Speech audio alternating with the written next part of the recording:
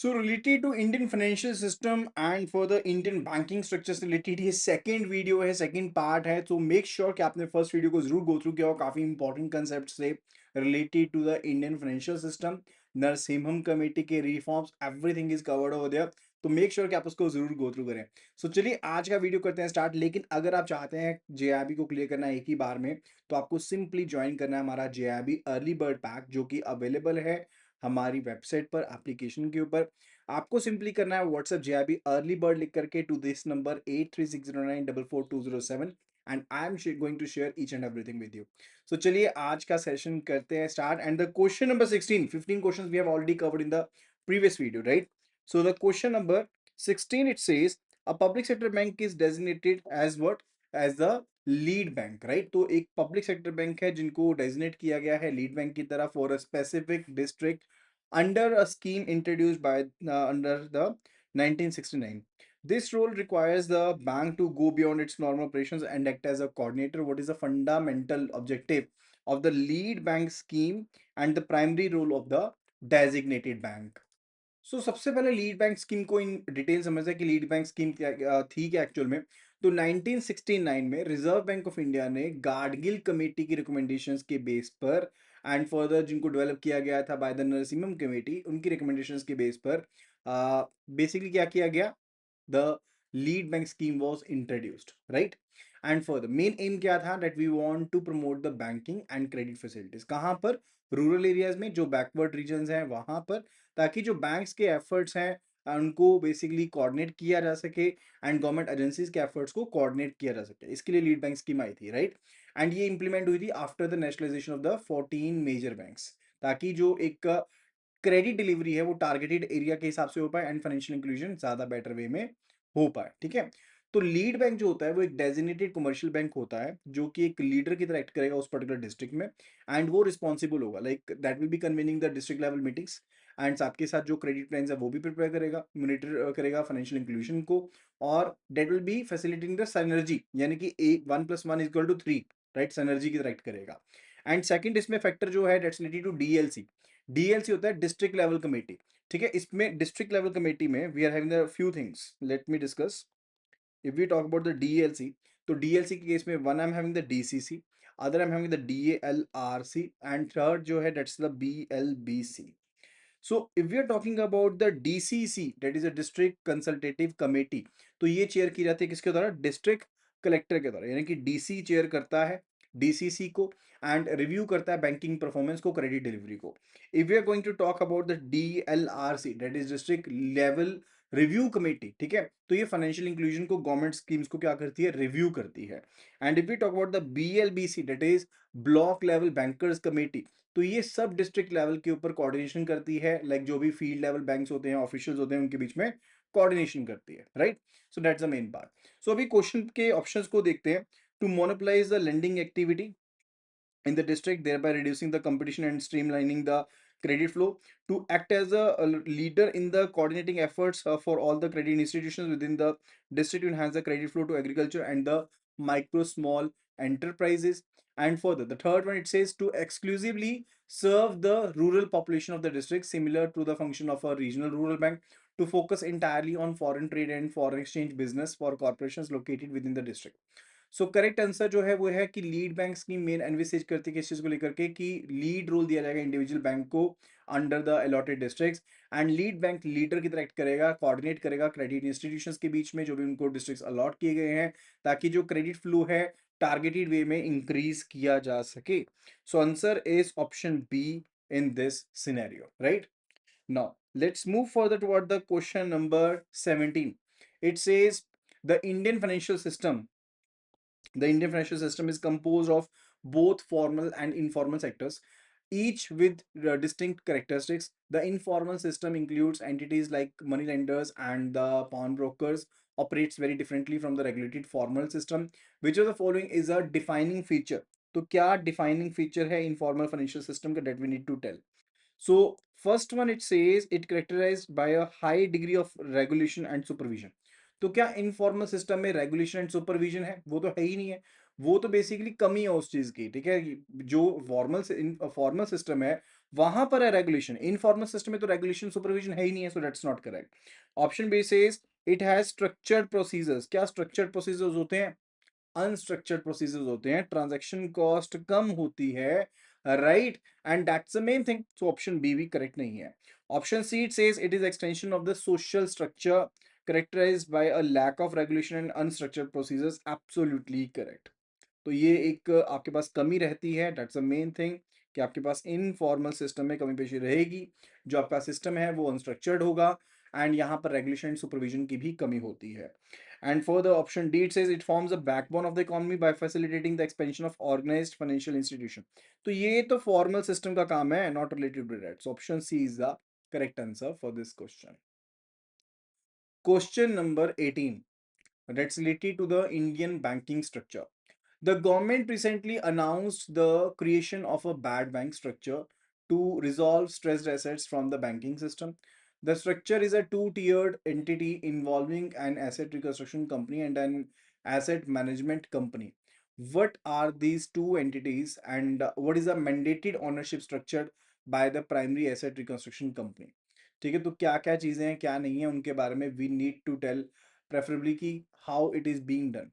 अब देखो, ये कामकाज ना एसेट रिकंस्ट्रक्शन कंपनी का नसीमन कमेटी 1 के टाइम से शुरू हो गया था कि बैड बैंक्स जो आपके लोन है वो खराब हो रहे हैं, लेकिन ये जो कंसेप्ट था related to NARCL and all, right, bad bank से रिलेटेड जो कंसेप्ट था वो बाद में आया था, that was basically thereafter. ठीक है, तो NARCL के बारे में समझते हैं सबसे पहले कि NARCL क्या है।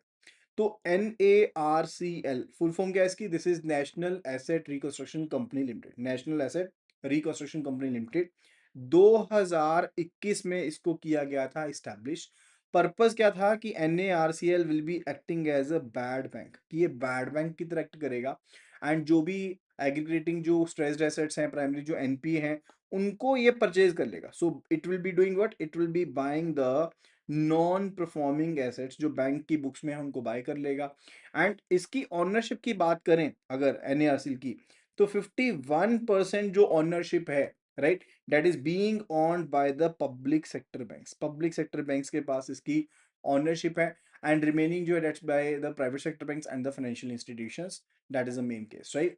तो जो फर्दर इसके बाद एक इंस्टीट्यूट एक और जानी जरूरी, that's IDRCL।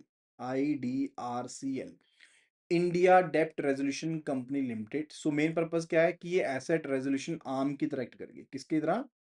Late me write here, asset resolution arm.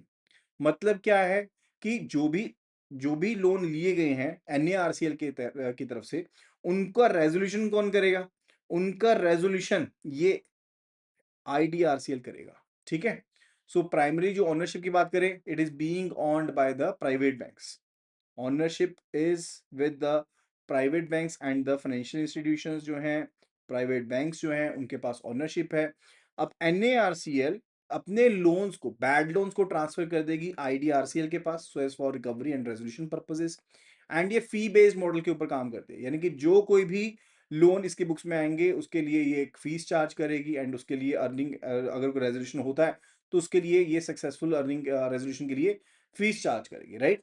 So NARCL ultimately purchase करेगा बैड एसेट्स को फ्रॉम द बैंक्स, एंड उस केस में वो 15% पे कर देगा अपफ्रंट कैश में, यानी कि जब भी NARCL परचेज करेगा लोन्स को तो 15% तो ये अपफ्रंट पे कर देगा, राइट। एंड बाकी का जो 85% है वो किस फॉर्म में करेगा? वो सिक्योरिटी रिसिप्ट्स की फॉर्म में करेगा।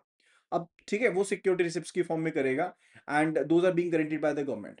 एंड IDRCL जो है वो बेसिकली उन एसेट्स को टेक ओवर कर लेगा रेजोल्यूशन करने के लिए, उनका रिकवरी करने के लिए। अब अलग अलग तरीके हैं, लेट्स से एसेट रिकंस्ट्रक्शन करनी है, या आपके लोग वन टाइम सेटलमेंट करनी है, सेल करना है, रीस्ट्रक्चर करना है।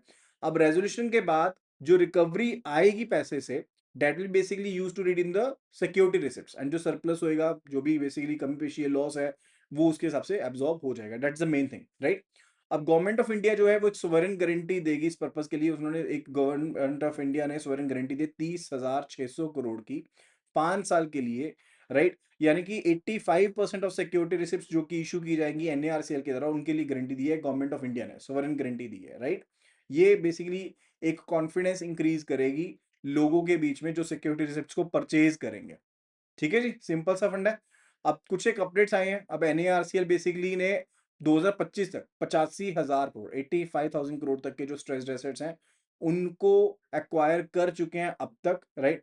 एंड बहुत सी चीजों की इन्होंने रेजोल्यूशन एक्टिविटी जो है वो ऑनगोइंग भी है, उसमें से रिलायंस कैपिटल, IL&FS जो है 2000 बेसिकली गोइंग ऑन।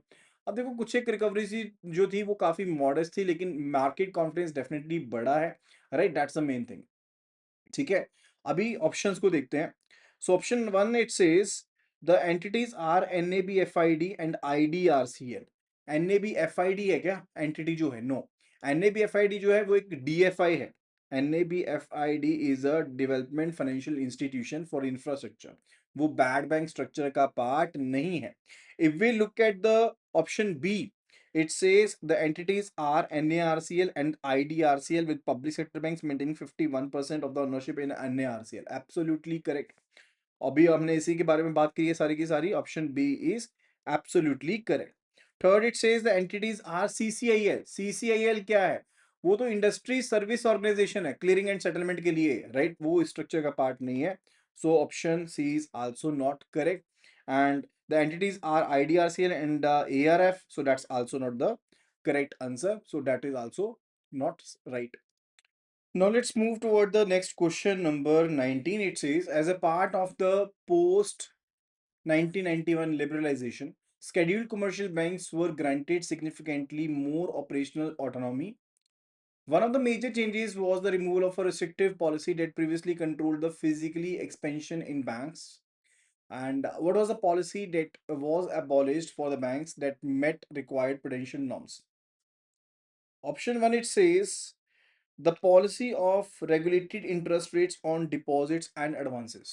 देखो, जो डीरेगुलेशन ऑफ इंटरेस्ट रेट है वो एक सेपरेट रिफॉर्म है जिसने अलाउ किया कि रेट्स जो थी वो मार्केट फोर्सेस के द्वारा डेवलप होंगी, बट इस केस में उसको कोई भी लेने देना नहीं है। Option A is not the correct answer. Option B it says the branch licensing policy. तो एक्चुअल में की रिकमेंडेशन थी ये किसके द्वारा? नरसिम्हम कमेटी वन के द्वारा। तो I am writing Narasimham committee one ने ये रिकमेंडेशन दी थी that's related to abolition abolition of branch licensing policy. And further freedom of operation दिया गया था, बैंक्स को एक फ्रीडम दी गई थी कि वो नए ब्रांचेस को ओपन कर सकते हैं, अपने एक्सटेंशन काउंटर्स को अपडेट कर सकते हैं विदाउट प्रायर अप्रूवल, कि बाद में उनको पहले कोई अप्रूवल लेने की जरूरत नहीं पड़ेगी। अगर वो कुछ एक क्राइटेरिया जो है उनको मीटअप करते हैं तो उस केस में उनको फ्रीडम दी गई है। That was the case, right. So यहां पर आंसर करेगा, answer is option B, that is a branch licensing policy. ठीक है, तो ये बेसिकली ऑपरेशनल फ्रीडम दी गई बैंक्स को, मार्केट ड्रिवन एक्सपेंशन दिया गया कि बैंक्स जो है उनको परमिट किया गया आप नई ब्रांचेस ओपन कर सकते हो, ऑफिस को रिलोकेट कर सकते हो, एक्सटेंशन काउंटर को अपडेट कर सकते हो, RBI का अप्रूवल नहीं चाहिए अगर आप CAR की norms and priority sector norms को मानते हो तो, राइट, ये चीज कही गई थी। So option A is B is actually the right answer. And इसी रिगार्ड में अगर हम RBI की करंट गाइडलाइंस की बात करते हैं तो RBI स्टिल अलाउ करता है डोमेस्टिक शेड्यूल्ड कमर्शियल बैंक्स को, जिसमें RR भी शामिल नहीं है, कि वो ओपन कर सकते हैं, रिलोकेट कर सकते हैं, मर्ज कर सकते हैं ब्रांचेस जो भी टीयर 2 से लेकर के टीयर 6 सेंटर्स में है and rural semi urban areas में है, वहां पर RBI के अप्रूवल की पहले जरूरत नहीं पड़ेगी। एंड जो ब्रांच ऑथराइजेशन पॉलिसी है वो बेसिकली फ्रीली ऑपरेट कर सकते हैं प्रोवाइडेड कि वो आप फाइनेंशियल साउंडनेस मेंटेन की हुई है आपने, एंड आप फाइनेंशियल इंक्लूजन की जो ऑब्लिगेशन है उनको अगर आप फुलफिल कर रहे हो तो आप डेफिनेटली चीजें कर सकते हो, कोई उसमें इश्यूज नहीं है। ठीक है, तो option B is the correct answer. Next question says it's related to the Indian banking structure. A corporate client needs to make a high value payment of rupees 5 lakh that must be settled individually and immediately without being bundled with other transactions. In contrast, an individual wants to send rupees 10,000 to a relative, where settlement speed is important but can occur in batches. Which electronic payment system are more appropriate for the corporate client and the individual client respectively? अब जहां पर हमें चाहिए एक साथ के साथ settlement हो जाए, वहां पर नेफ्ट तो नहीं कर सकते ना। अल्दो नेफ्ट की जा सकती है बट वहां पर क्या जाएगा, नेटिंग ऑफ ट्रांजेक्शन होगी। In case of NEFT netting of transaction is being done, but in case of RTGS gross settlement होती है। तो डेफिनेटली अगर मैं बात करता हूँ from the individual point of view तो ऑप्शन ए तो काम नहीं करने वाली है, right, because primary use case change हो जाएगा। ऑप्शन बी की बात करें कि कॉर्पोरेट जो आरटीजीएस का इस्तेमाल करेगा, अब डेफिनेटली अगर 2 लाख या उससे ज्यादा का अमाउंट है तो आप आरटीजीएस कर सकते हो। एंड हर एक सिंगल आरटीजीएस जो 1 to 1 ट्रांजेक्शन सेटलमेंट होती है, so that will be like almost real time settlement and gross based settlement होगी, तो डेफिनेटली कॉर्पोरेट वाला तो आरटीजीएस यूज करेगा। इंडिविजुअल पर्सन जो है that can be going for the NEFT, वो एनईएफटी का इस्तेमाल भी कर सकता है, right. NEFT basically national electronic fund transfer होता है, जिसमें कोई मिनिमम मैक्सिमम अमाउंट नहीं है, कोई लिमिटेशन नहीं है। And 48 half hourly batches are there. कितने बैचेस है? There are 48 half hourly batches. Clear है चीज? So definitely option B fits the best, so option B will be the correct answer. Option C कह रहा है that both should be using the ECS debit for efficient settlement. देखो, ECS होता है electronic clearing service, एक bulk payment system होता है जिसको रिजर्व बैंक ऑफ इंडिया ने इंट्रोड्यूस किया था इलेक्ट्रॉनिक फंड ट्रांसफर करने के लिए। लाइक अगर आपने एक बैंक अकाउंट से मल्टीपल अकाउंट्स में पैसे डालने हैं, मल्टीपल अकाउंट से एक अकाउंट में पैसे डालने हैं, उसके लिए आप यूज करते हो ईसीएस का। अब इसमें बात की गई है ईसीएस डेबिट के बारे में। अब ईसीएस डेबिट के केस में क्या होता है, ये पेमेंट्स को कलेक्ट करने के लिए यूज होता है। Like let's a case Airtel है, अब एयरटेल के यूजर्स हैं, वो सभी एयरटेल के एक ही अकाउंट में पैसे डालेंगे, तो उसके लिए बेसिकली अगर मैंडेट दिया हुआ है यूजर्स ने कि हाँ इसी अकाउंट में पैसे डालने हैं, तो हम ईसीएस डेबिट का इस्तेमाल करेंगे। ईसीएस डेबिट मतलब multiple accounts debit and single account credit, right. तो दैट इज ईसीएस डेबिट। जैसे यूटिलिटी बिल पेमेंट्स के लिए, लोन ईएमआई कलेक्शन के लिए, इंश्योरेंस प्रीमियम कलेक्शन के लिए इसका इस्तेमाल किया जाता है। वहीं पर भी talk about the ECS credit, उसका मतलब होता है सिंगल अकाउंट डेबिट और मल्टीपल अकाउंट क्रेडिट। जैसे मान लो किसी कंपनी ने डिविडेंड पे करना है, राइट, तो उसके केस में ईसीएस क्रेडिट का इस्तेमाल किया जाता है, right. So definitely that is not going to be the use case for this scenario. And the fourth one, it's related to that we are going to use the IMPS. अब IMPS is immediate payment settlement, वो 24/7 real time settlement होती है। NEFT भी 24/7 चलती है। लेकिन importantly समझो, right, जो आरटीजीएस है that is designed for the large value real time settlement for the corporate client requirements, right. So उसके लिए आईएमपीएस नहीं है। IMPS is kind of retail user settlement system we can say, ठीक है। तो IMPS यहाँ पर आंसर नहीं रहेगा, so option B will be the correct answer. अच्छा, एक क्वेश्चन ना कई बार पूछा जाता है कि आईएमपीएस के केस में लिमिट क्या है, बिकॉज बहुत से पर्सन कहते हैं कि आईएमपीएस की लिमिट 2 लाख की। ऐसा नहीं है।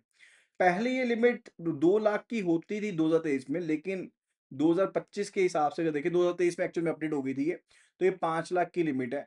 So person to person transaction के लिए, पर्सन टू मर्चेंट ट्रांजेक्शन के लिए, बिजनेस पेमेंट के लिए you can be using the IMPS. इसमें भी बेसिकली आपकी सेटलमेंट होती है, रियल टाइम सेटलमेंट होती है, राइट। एंड इसमें it supports mobile banking, internet banking, ATM, SMS, bank branches के थ्रू आप ये सर्विस का इस्तेमाल कर सकते हो। That can be done, right.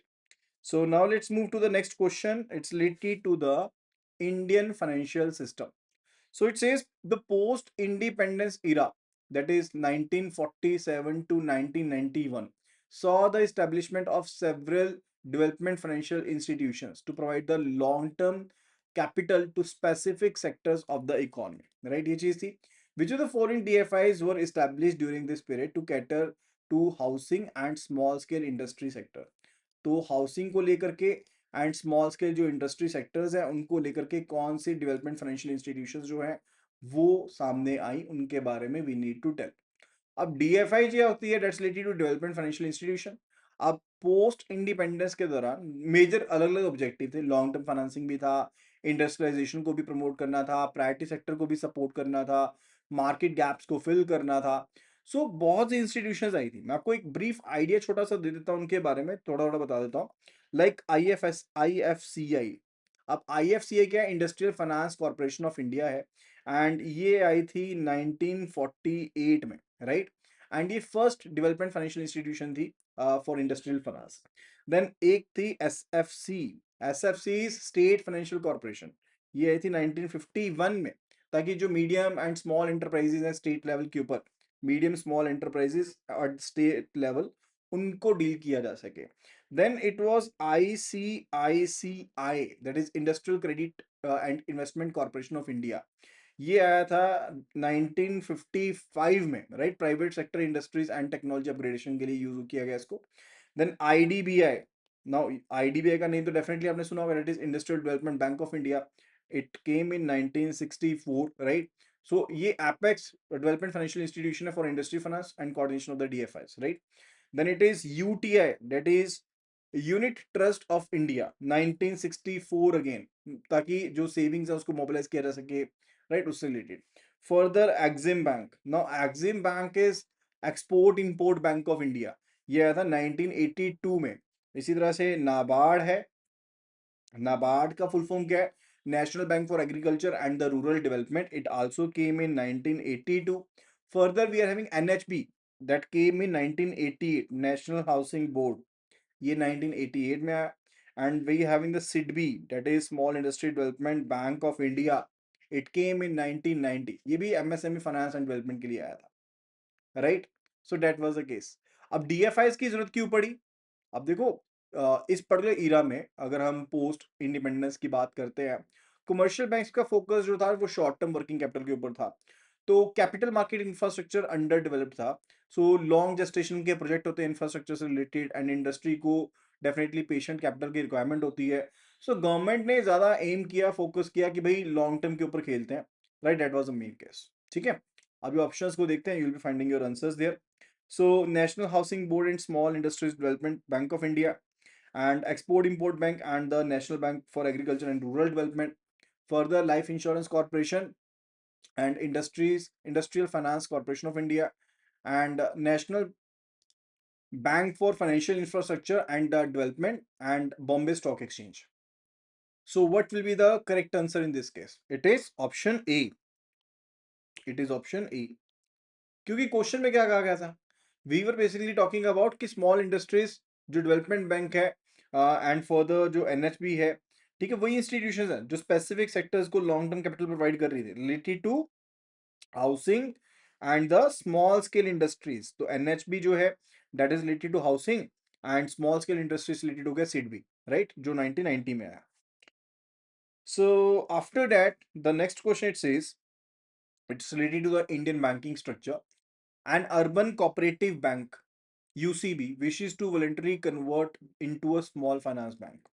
According to the Reserve Bank of India guidelines, for such a transition, there are specific initial capital requirements and timeline to meet the standard SFB capital norm. What is the initial net worth requirement for a UCB to convert, and by when must it reach the full SFB capital level?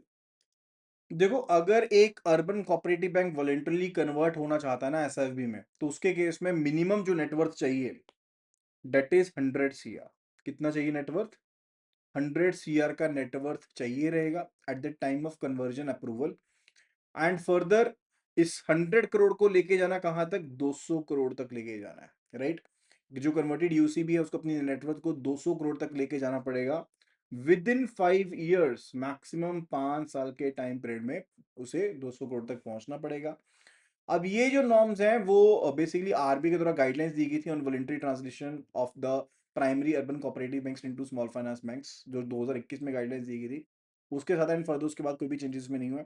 So conversion के time पर चाहिए 100 crore, and उसके बाद with in 5 years आपको 200 करोड़ तक पहुंचना है. सो options देखते हैं. Initial net worth of 200 crore is required. No, that's not correct.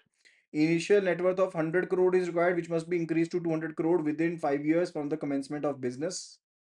That's absolutely correct. That's the correct answer over here. ठीक है, तो ऑप्शन बी जो है that is the correct answer, right? अभी नेक्स्ट क्वेश्चन पर चलते हैं. It's related to the Indian financial system. A key achievement of the Narasimhan Committee 1 reforms was the introduction of prudential norms to improve the health and transparency of the banking sector. One of these norms was the capital adequacy ratio, which mandates a minimum level of capital relative to bank risk exposure. What was the initial CER target set by the Reserve Bank of India in 1992, and was it successfully achieved by the public sector banks? That we need to tell, right? सो अभी ना Narasimha committee 1 के जो reform है सबसे पहले उसके बारे में बात करते हैं. तो एक्चुअल में हुआ क्या था कि इंडिया के ऊपर काफी ज्यादा सीवियर इकोनॉमिक क्राइसिस था 1991 में, एंड कुछ एक रिकमेंडेशंस थी. पहली चीज ये कही गई थी कि गवर्नमेंट की इंटरफेरेंस को कम करना है. यानी कि सबसे पहली चीज थी that was related to the autonomy of the banks, right? Government की इंटरफेरेंस को कम करना है. Second was it was related to CAR, capital adequacy ratio के तरफ से था कि मिनिमम आपको 8% जो कैपिटल एडिक्वेसी रेशियो है वो मेंटेन करनी चाहिए। And the third one it was related to the asset classification, IRAC norms कह लो, एसेट क्लासिफिकेशन एंड जो NPA के नॉर्म्स हैं उनसे रिलेटेड यहाँ पर रेगुलेशंस दिए गए। फर्दर जो फोर्थ मेजर रिफॉर्म था that was related to reduction of the CRR and SLR। अब ये फेज्ड मैनर में CRR को SLR को कम किया गया। अब देखो SLR जो थी वो तो पहले 38.25% के आसपास थी, उसको 25% तक ले आए, CRR को भी कम कर दिया। And the fifth important one it was related to the priority sector lending, यानी कि प्रायोरिटी सेक्टर लेंडिंग को लिमिट के बारे में अपडेट्स किए गए। Further it was related to branch जो लाइसेंसिंग थी, ब्रांच लाइसेंसिंग की जो रिक्वायरमेंट थी उसको एबॉलिश किया गया। ब्रांच लाइसेंसिंग, पहले तो लाइसेंस आपको लेने पड़े थे, उसको कम किया गया, उसको एबॉलिश किया गया।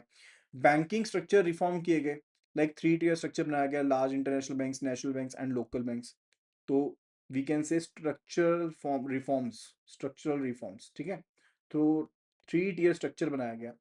Further private and foreign banks enter हुए, so we can say that was also big step, entry of private and foreign banks, वो एंटर हुए, राइट। एक्सपेंशन हुआ बैंकिंग सिस्टम का इंडिया में।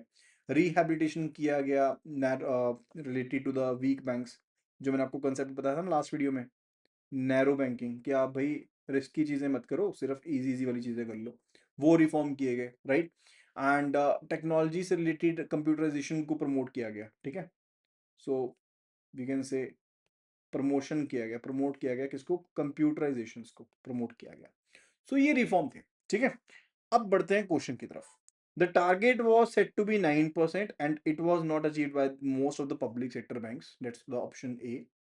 एंड देखो जो टारगेट था दैट वाज रिकमेंडेड 9% का रिकमेंड किया था नरसिम्हम कमेटी 2 ने, not 1, right.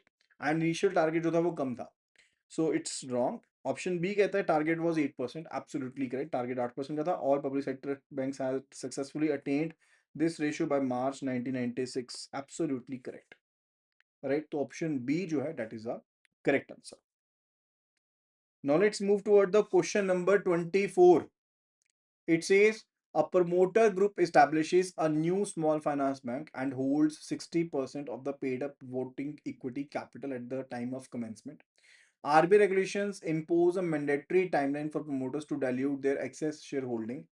According to these rules, what is the maximum percentage the promoter can hold and what is the time frame to bring the shareholding down to this level? So what is going to be the correct answer? तो scenario समझना, देखो कोई भी question का answer करो ना, सबसे पहले सिनेरियो को समझना काफी जरूरी बन जाता है। अब क्वेश्चन में ये कहा जा रहा है कि प्रमोटर ग्रुप है, स्टैब्लिश करता है नया स्मॉल फाइनेंस बैंक एंड उसके पास 60% paid up voting equity capital की होल्डिंग है कमेंसमेंट के टाइम पर। RBI रेगुलेट करता है, रेगुलेशन इंपोज कर देता है कि भाई आपको डिलीट करना अपना शेयर होल्डिंग, तो क्या परसेंटेज है, क्या चीजें उसके बारे में बताना है, right. So at the time of the commencement, at the time of the commencement जो प्रमोटर है वो अप टू 100% को होल्ड कर सकता है। मैं यहां पर लिख देता हूं।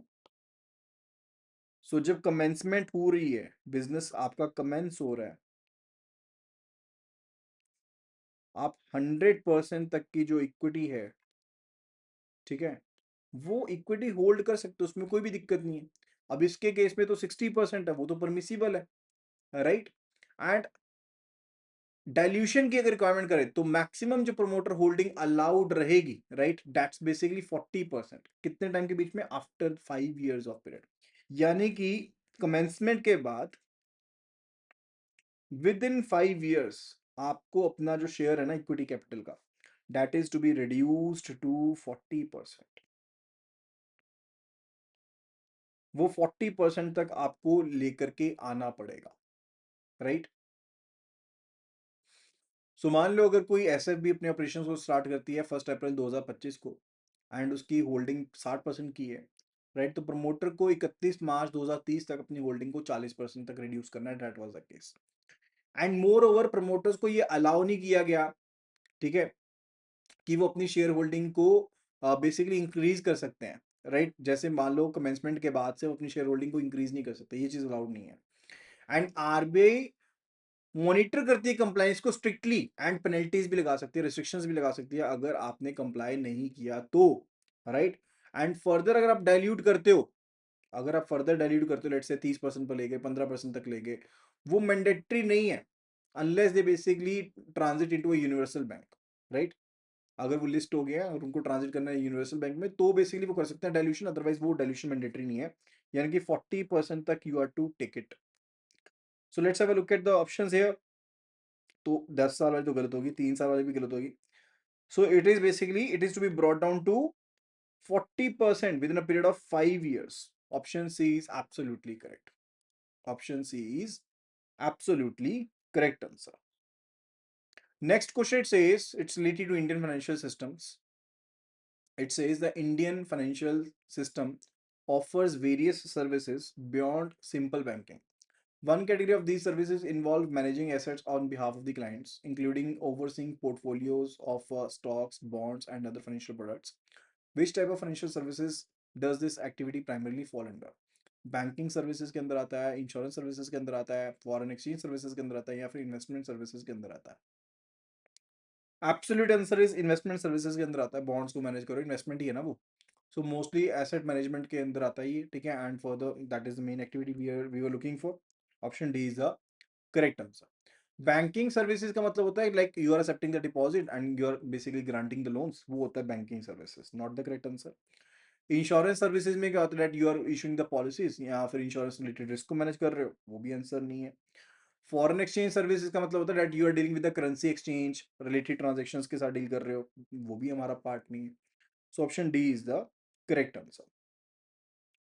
Question number 26, it says, a financial entity is set up that operates exclusively online and does not have any physical branches. कोई physical branches नहीं है.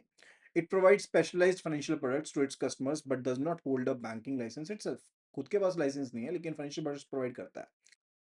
Instead, it relies on partnership arrangements with the existing regulated banks to offer its services. Now, you know what his answer is. Payment bank तो नहीं है, payment bank तो directly licence होता है, regulate किया जाता है by the Reserve Bank of India, तो definitely it's not a payment bank. If you are talking about the local area bank, that's the second option. Local area bank भी physical bank होता है जिसकी जो geographical jurisdiction है वो restricted होती है to a few districts, that's also not the answer, क्योंकि ये तो बोला इन्होंने कोई फिजिकल ब्रांच है ही नहीं है। Third, it says a neo bank, that's a digital only bank. Absolutely the right answer. Neo bank और digital only bank जो होते हैं वो entities होते हैं which are not regulated by the Reserve Bank of India. इनके tie up arrangement होते हैं ऑलरेडी एग्जिस्टिंग जो रेगुलेटेड बैंक है उनके पास, एंड उनके थ्रू ही ये सर्विसेज ऑफर करते हैं to their customers, right. So option C is absolutely correct. ठीक है जी। फिनटेक फर्म के बारे में ऑलरेडी बता चुका हूँ, राइट। तो नियो बैंक जो है वो फिनटेक का ही टाइप है। Most specific term for its operational model, right, that's digital only, no licence, reliance on partner something, right. So that's basically the option C only which is a perfect answer. चलिए अभी चलते हैं question number 27 पर। It says in the post independence era several ethnic Indian banks were established as a result of Swadeshi movement. Which of the following banks were founded during the late 19th and early 20th century as part of this movement?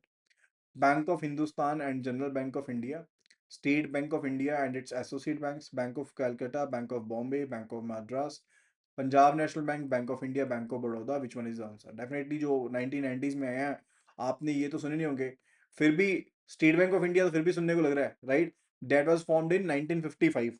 यहाँ पर जो आपको दिया गया ना state bank of India, ये आया था 1955 में, राइट, एसबीआई एक्ट के through. State bank of India was formed in 1955 through the nationalisation of the imperial bank. Imperial bank को नेशनलाइज किया था, ये तो आंसर नहीं है। If you are talking about the bank of Hindustan and general bank of India, इनको establish किया गया था 1770 में, बैंक ऑफ हिंदुस्तान को।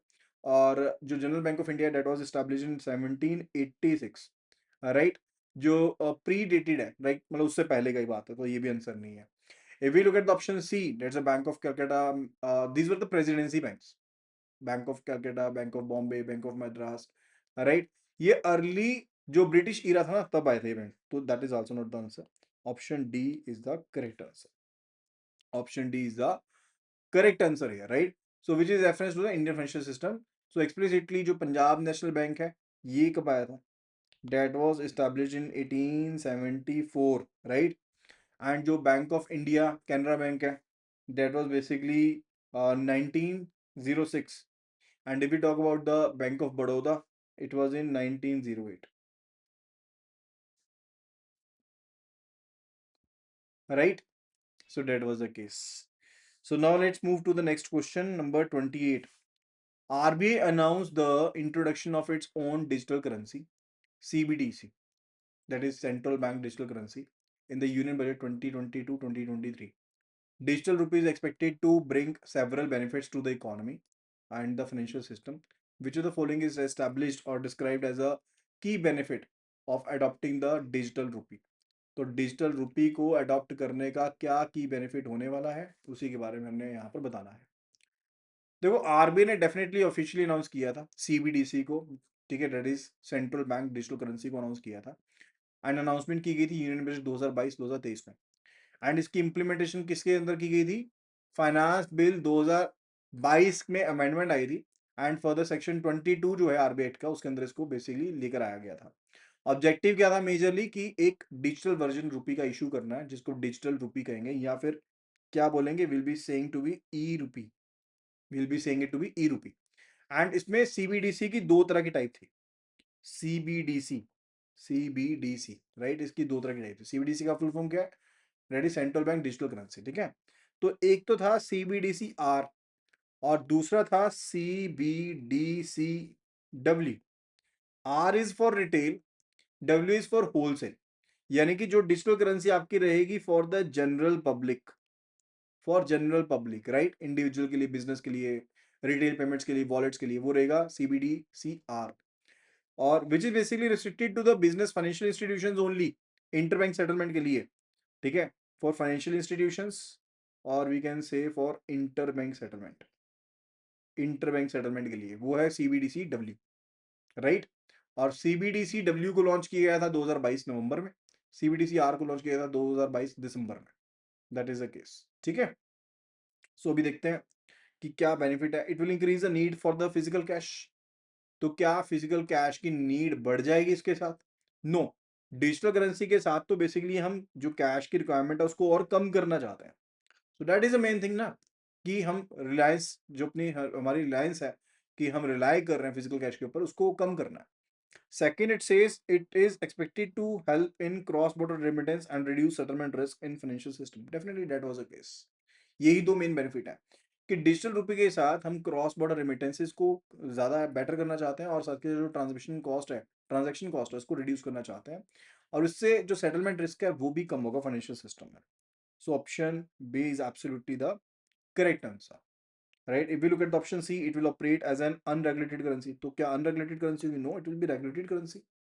डिजिटल रुपी सीबीडीसी का मतलब है सेंट्रल बैंक की डिजिटल करेंसी है। लीगल टेंडर इशू किया जाएगा, रेगुलेट किया जाएगा रिजर्व बैंक ऑफ इंडिया के द्वारा, कोई अनरेगुलेटेड क्रिप्टो करेंसी नहीं है ये, right. Option D it says it will eliminate the need for commercial banks as citizen can hold the accounts directly with the Reserve Bank of India. देखो, CBDC architecture very कर सकता है, right, कि ये चीज नहीं है कि ये एलिमिनेट कर देगा। प्राइमरी बेनिफिट जो है वो बेसिकली ट्रांजैक्शन एफिशिएंसी और रिस्क रिडक्शन के साथ रिलेटेड था, not related to this. So option B is the correct answer. Question number 29. After the 1991 reforms, the Banking Companies Act was amended to allow public sector banks to raise funds from the public. However, this access to the capital market came as with the significant condition regarding the government's ownership stake. What was the crucial provision? तो क्या crucial provision थी? Option A कह रहा है central government's holding was not allowed to fall below 74% of the paid up capital. देखो, 74% जो है, अगर मैं यहाँ पर बात करूँ किसके बारे में, we are talking about the amend किया गया था, पब्लिक सेक्टर बैंक जो है वो फंड्स को रेज कर सकता है पब्लिक से, राइट, इसके बारे में है ना ये चीज। And the access to the capital market with significant condition, उसके बारे में है। तो 74% की जो एफडीआई लिमिट है ना, वो इंश्योरेंस सेक्टर से रिलेटेड थी पोस्ट जीएफसी, गवर्नमेंट होल्डिंग से रिलेटेड लिमिट नहीं है 74% जो यहाँ पर बात की गई है। So option A is absolutely not correct. Option B की अगर हम बात करें, central government can holding was not allowed to fall below 51% of the paid up capital. Definitely जो एक्ट है उसको अमेंड किया गया था ताकि बैंक्स को इनेबल किया जाए कि वो कैपिटल को अपने इंक्रीज कर सकते हैं, रेज कर सकते हैं through the public issue, and subject to the provision की जो सेंट्रल गवर्नमेंट की होल्डिंग है वो 51% से नीचे नहीं जाएगी, यानी कि कंट्रोलिंग जो है वो सेंट्रल गवर्नमेंट के पास रहेगी. That was only situation. Option C says the central government was required to divest its entire holding within the period of 10 years. गोल जो है वो पार्शियल प्राइवेटाइजेशन का था, कंप्लीट डाइवेस्टमेंट का नहीं था. So option C is not correct. Option D it says the RBI does not hold ownership stakes in public sector banks. The provision was about the central government holding. तो central government की जो holding है basically that could fall to any level, वो किसी भी level के ऊपर गिर सकती थी. So RBI does not hold ownership stake. RBI का कोई ओनरशिप स्टेक नहीं है पब्लिक सेक्टर बैंक्स में, राइट. प्रोविजन जो है गवर्नमेंट सेंट्रल गवर्नमेंट की होल्डिंग के बारे में बात कर रहे हैं. So that is also not correct answer. Option B is the correct answer. Last question for today video.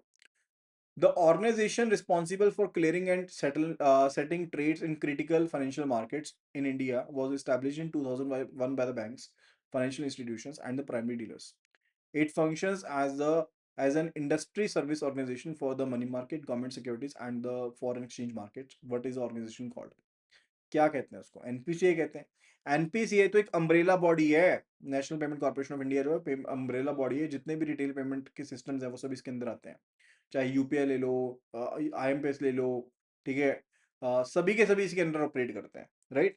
So that's basically not the correct answer. RBI है क्या?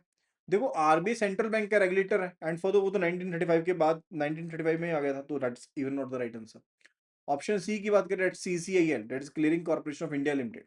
यस, सीसीआईएल यानी कि clearing corporation of India limited को 2001 में establish किया गया था banks के द्वारा, फाइनेंशियल इंस्टीट्यूशंस के द्वारा, प्राइवेट डीलर्स के द्वारा, so that it can function as a industry service organization, ताकि क्लियरिंग एंड सेटलमेंट की जा सके related to money markets, related to government securities, related to foreign exchange securities and markets.